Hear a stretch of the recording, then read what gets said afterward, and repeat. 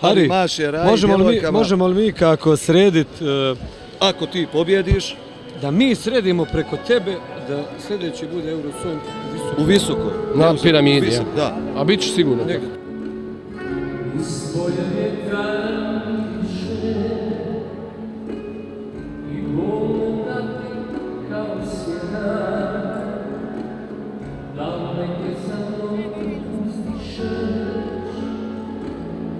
Yes, you